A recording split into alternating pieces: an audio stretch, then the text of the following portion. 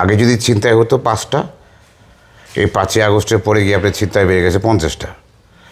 ডাকাতি হতো 1টা, হয়ে গেছে আপনার 20টা। আপনার 5ই আগস্টের পরে আমরা যেটা আশা করেছিলাম, আসলে যেটা ঘটে গেছে আর কি এই পর্যন্ত লাস্ট 6 মান্থে, আসলে এটা খুব দুঃখজনক আর কি।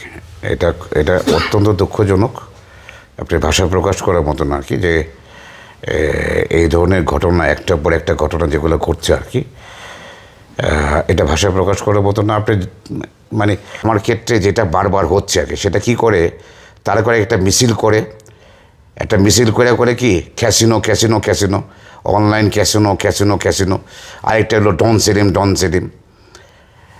আমি বাংলাদেশের সবাইকে, আমি প্রশাসনের সবাইকে বলবো, আপনারা সবাই আর কত করবেন আমাকে?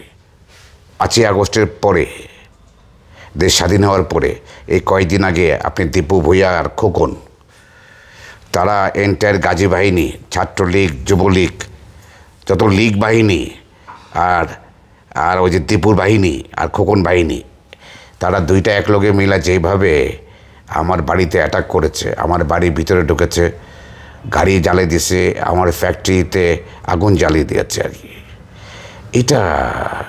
এটা কোনো জাতি হিসেবে না। আপনারা অনেকেই এটা হওয়ার পরে আমার ক্ষেত্রে তারা যেটা করে আর কি, যেটা আসলে 5ই আগস্টের পরে আমার স্পেশালি আমার লাইফে যেটা আমি ভেবেছিলাম, যে আমি খুব এত খুশি হয়েছিলাম যে ভাষায় প্রকাশ করার মতন আর কি। এই 5ই আগস্টের পরে দেশটা যেমন পরিবর্তন হবে, আমাদের জনগণের ভবিষ্যৎটা অনেক চেঞ্জ হবে আর কি। এটার জন্য শুধু আমি না, আমাদের 20 কোটি লোক যারা আছে, বেশিরভাগ লোক না, আপনার 99% লোক কিন্তু এটার জন্য ওয়েট করছিল আর কি। আইনশৃঙ্খলা বাহিনীর এই প্রথম দিকে যে খারাপ অবস্থা ছিল, এখন তো আইনশৃঙ্খলা বাহিনী অনেকটা ভালো হয়েছে আর কি, শুনেছি, দেখতেও পারতেছি আর কি, অনেকটা ভালো হয়েছে আর কি। বাট এখনও সেই দোসর যারা, তারা কন্টিনিউয়াসলি তাদের ক্রাইম করেই যাচ্ছে আর কি। দেখুন, আপনাদের রিকোয়েস্ট করব, আপনি 5ই আগস্টের আগে যখন গাজীর ছেলে পাপ্পা গাজী, মানে গাজীর এন্টায়ার গাজীর বাহিনী যেভাবে আমার বাড়িতে অ্যাটাক করেছিল আর কি, তারা আমার বাড়িতে অ্যাটাক করেছিল আপনার, বাট বাড়ির ভিতরে কিন্তু ঢুকে নাই, বাট তারা অ্যাটাক করেছিল, মানে আপনাকে মনে হবে যে একটা সিনেমার মতো আর কি। তারা ওই যে একটা মিছিল নিয়ে আসা, তারপরে আপনার প্রথম কিছু ঢিল মারে, তারপরে আপনার স্ট্রেট পিস্তল নিয়ে গুলি, দেশি অস্ত্র নিয়ে গুলি টুলি, ধুমধাম গুলি টুলি মারা, বোম মারা, ককটেল মারা।